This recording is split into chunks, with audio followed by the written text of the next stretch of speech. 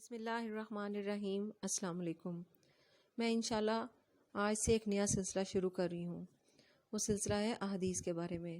ہم صحیح بخاری کی کتاب سے روز ایک دو احادیث بیان کریں گے اور انشاءاللہ اس سے مستفید ہوں گے۔ ہمارے اکثر گھروں میں احادیث کی کتابیں نہیں ہوتی۔ قرآن پاک تو ماشاءاللہ ہر گھر میں موجود ہوتا ہے اور ہم لوگ احادیث کی کتابوں کا مطالعہ اتنا کرتے بھی نہیں ہیں۔ تو میری کوشش ہے کہ ہم روز ایک دو منٹ دے کے احادیث کا مطالعہ کریں اور اس کو سنیں۔ میں انشاءاللہ یہ معلومات بالکل درست دوں گی۔ آپ لوگ بے شک احادیث کی کتابیں اپنے پاس کھول بھی سکتے ہیں۔ تو انشاءاللہ آج سے ہم یہ سلسلہ شروع کریں گے۔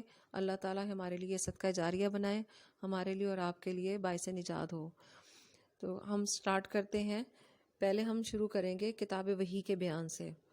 کتاب وحی کے بیان میں اللہ تعالیٰ عز و جل کا یہ فرمان ہے، اِنَّا أَوْحَيْنَا إِلَيْكَ كَمَا أَوْحَيْنَا إِلَىٰ نُوحٍ وَنَبِيِّنَا مِن بَعْدِهِ کہ ہم نے بلا شبہ اے محمد صلی اللہ علیہ وآلہ وسلم آپ کی طرف وحی کا نزول اس طرح کیا کہ جس طرح نوح علیہ السلام اور ان کے بعد آنے والے تمام نبیوں کی طرف کیا تھا۔ آپ صلی اللہ علیہ وآلہ وسلم کی پہلی حدیث یہ ہے۔ آپ صلی اللہ علیہ وآلہ وسلم فرما رہے تھے کہ تمام اعمال کا دار و مدار نیت پر ہے اور ہر عمل کا نتیجہ ہر انسان کو اس کی نیت کے مطابق ہی ملے گا۔ بس جس کی ہجرت ترک وطن یعنی دولت و دنیا حاصل کرنے کے لیے ہو یا کسی عورت سے شادی کی غرض سے ہو، بس اس کی ہجرت انہی چیزوں کے لیے ہوگی جن کی حاصل کرنے کی نیت اس نے کی ہے، ہجرت کی ہے۔ یہ صحیح بخاری کی حدیث نمبر 1 تھی۔ اب ہم چلتے ہیں حدیث نمبر 2 کی طرف۔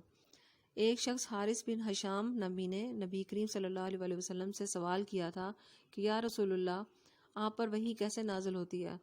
آپ صلی اللہ علیہ وآلہ وسلم نے فرمایا کہ وحی نازل ہوتے وقت کچھ مجھ کو گھنٹی کی سی آواز محسوس ہوتی ہے اور وحی کی یہ کیفیت مجھ پر بہت شاق گزرتی ہے۔ جب یہ کیفیت ختم ہوتی ہے تو میرا دل و دماغ پر اس فرشتے کے ذریعے نازل شدہ وحی محفوظ ہو جاتی ہے، اور کسی وقت ایسا ہوتا ہے کہ فرشتہ بشکل انسان میرے پاس آتا ہے اور مجھ سے کلام کرتا ہے، بس میں اس کا کہا ہوا یاد رکھ لیتا ہوں۔ عائشہ رضی اللہ تعالیٰ عنہا کا بیان ہے کہ میں نے سخت کڑاکے کی سردی میں آپ صلی اللہ علیہ وآلہ وسلم کو دیکھا ہے کہ آپ صلی اللہ علیہ وآلہ وسلم پر وحی نازل ہوئی، اور جب اس کا سلسلہ موقوف ہوا تو آپ صلی اللہ علیہ وآلہ وسلم کی پیشانی سے پسینے سے شرابور تھی۔ یہ حدیث نمبر 2 تھی۔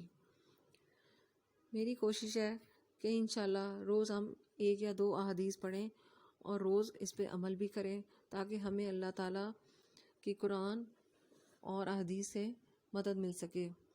اللہ تعالیٰ ہم سب کو جزائے خیر دے، آمین۔ بسم اللہ۔